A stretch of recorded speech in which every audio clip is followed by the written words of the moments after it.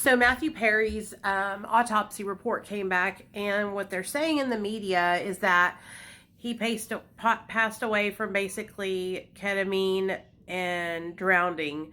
He also had other drugs like Suboxone in his system, but they were trying to say that it is basically because of the ketamine.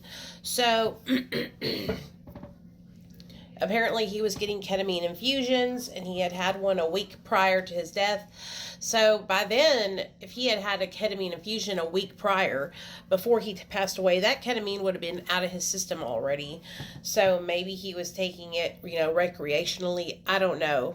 But what I get from situations like this is that the media really wants to villainize substances.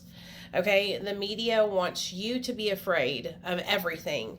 And, I can understand, people are afraid of, because of illicit fentanyl. And I understand why there has been, so much uproar about fentanyl. But like ketamine in a supervised situation, like at a doctor's office where you're being prescribed it and monitored, it saves lives. I did an interview about a month or two ago with my friend Ryan Riggs, and he shared all about his depression, how it was treatment resistant, and how he was using ketamine to help him overcome treatment resistant depression. And he's in recovery, and so first it was he died because of Suboxone, and everybody was talking so much bad shit about Suboxone and saying all this inappropriate, misleading misinformation about Suboxone was spread centered around Matthew Perry's passing.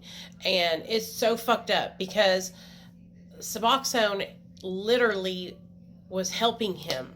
You know what I mean? I hate how the media villainizes drugs. Drugs don't do us, okay?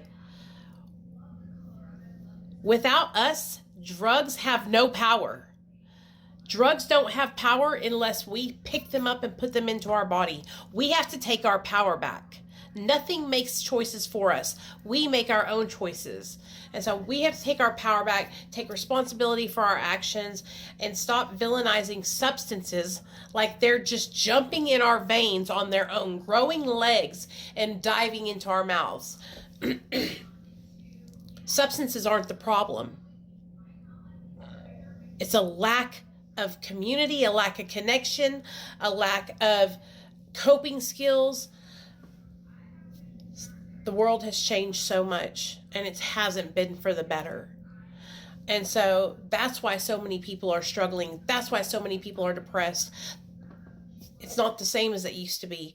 People are pulling away, and the world has become such a bitter place that where we used to be a community and connect with each other and unified and supporting each other, it's gotten so cutthroat and it's just, ever since 2020, ever since the panini, it really changed things in the world, I believe.